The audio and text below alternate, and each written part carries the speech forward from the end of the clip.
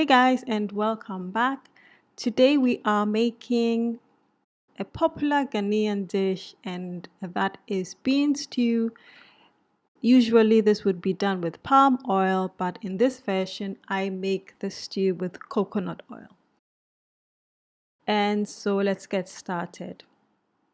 First things first, if you aren't buying beans that has already been packaged, if you're buying beans from the market, for example, you are going to have to sort it just to make sure that you're taking out the ones with holes, or you're looking for any dirt or tiny stones, just to make sure that your beans is good enough for consumption. Now, what I usually do when I am cooking my beans is to soak it overnight, and that helps reduce the amount of bloating that you get when you typically eat beans. So if you typically get bloated when you eat black-eyed beans, then I would recommend that you soak your beans before you eat it. I found it to be quite effective. I'm not sure about other people, but this works for me. Once you have soaked it overnight, you're going to wash out the water. You don't want to use the water that you soaked it in. You're going to want to rinse it out, add some water, and then get your beans soft.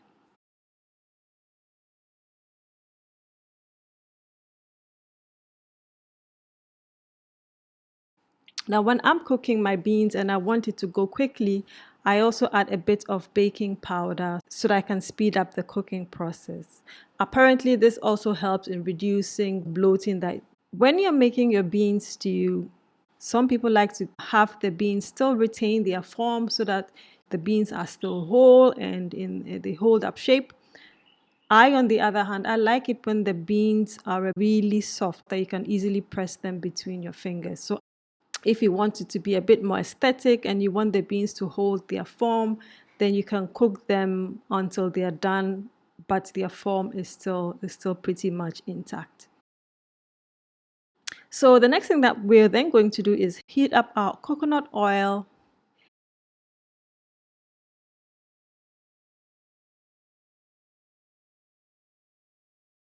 and then fry our onions in there, add a bit of tomato paste. And I also generally like to fry my hot peppers in the oil.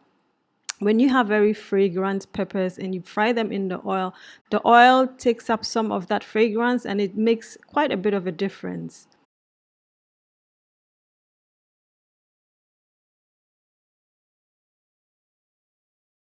So once that is frying, we're going to add our blended tomatoes to the onions.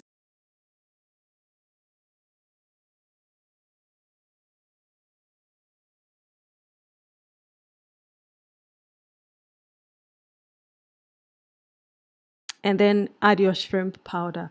Now, shrimp powder, like I've probably said before, is a staple in my cooking. I don't like to use stock cubes at all, so I will always use shrimp powder instead of that.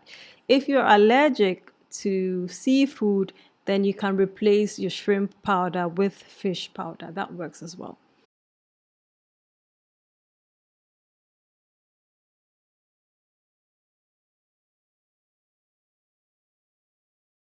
I also added some smoked mackerel to my stew. You can add any kind of fish. If you have tuna, you can do that. Now, this mackerel is quite soft, so it's going to flake into the stew. That's all right. That's not a problem. If you want your mackerel to be a bit more firm, what you can do is dry it up in the oven. If you have a kitchen that is not very open, your kitchen will smell of fish. So that's something to take note of.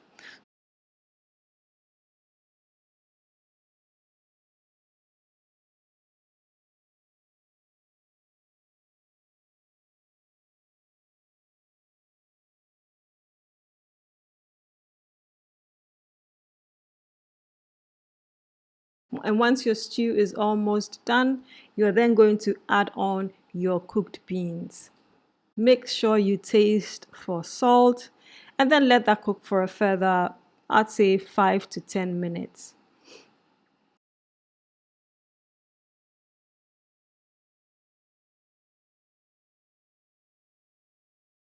You can see that our fish has disintegrated in that.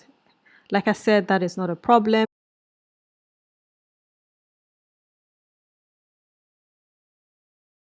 And so we're going to let that simmer for a while, taste for salt, and that is basically it. It's really, really easy to make. If you do not like coconut oil, the regular way is to make it with palm oil, and that works fine as well. I have made this using regular vegetable oil as well, and it tastes just as good. So, depending on what you like, you can use whatever vegetable oil you have available. And so, there you have it. There's some delicious beans stew. You can have it with rice, you can have it with fried plantain, you can have it with boiled plantain, and it's absolutely delicious. Now, I hope you get to try this recipe. Let me know how it went for you, and I will see you next time. Happy eating!